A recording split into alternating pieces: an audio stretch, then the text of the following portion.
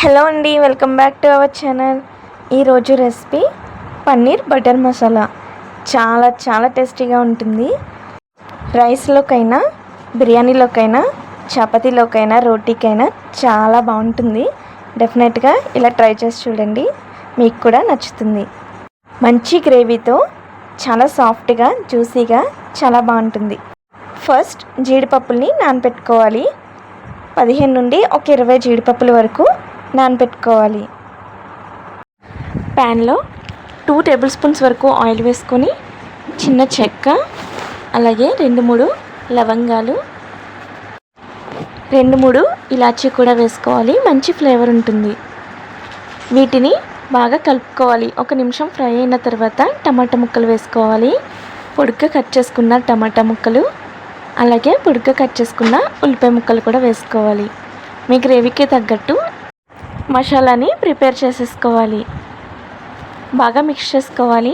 టమాటాలు సాఫ్ట్గా మగ్గేంత వరకు కూడా బాగా ఉడకనివ్వాలి.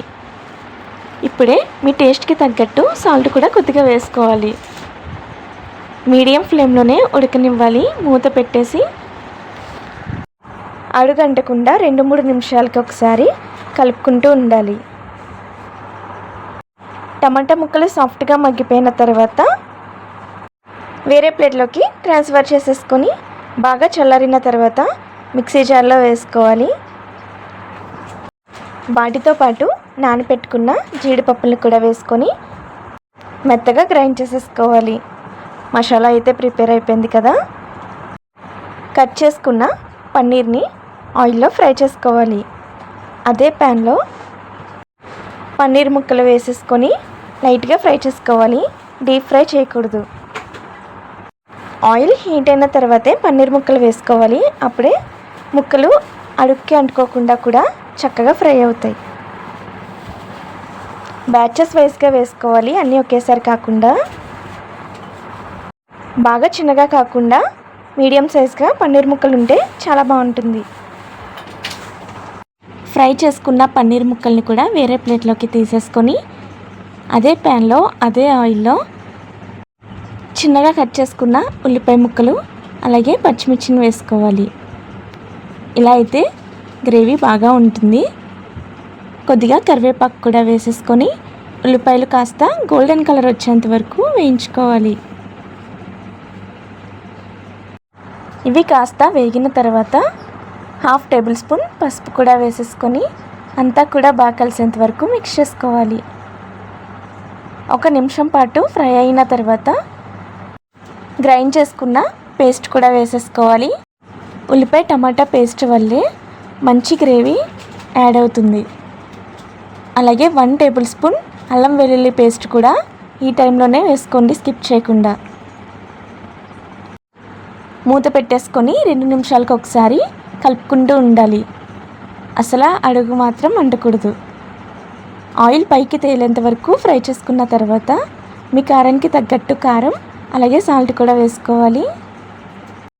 అలాగే 1 టేబుల్ స్పూన్ ధనియాల పొడి కూడా వేసుకోండి. సాల్ట్ ఆల్రెడీ మనం పేస్ట్ చేసుకునేటప్పుడు వేసుకున్నాం కాబట్టి చూసుకొని వేసుకోండి. అంతా కూడా బాగా కలిసేంత వరకు మిక్స్ చేసేసుకోవాలి.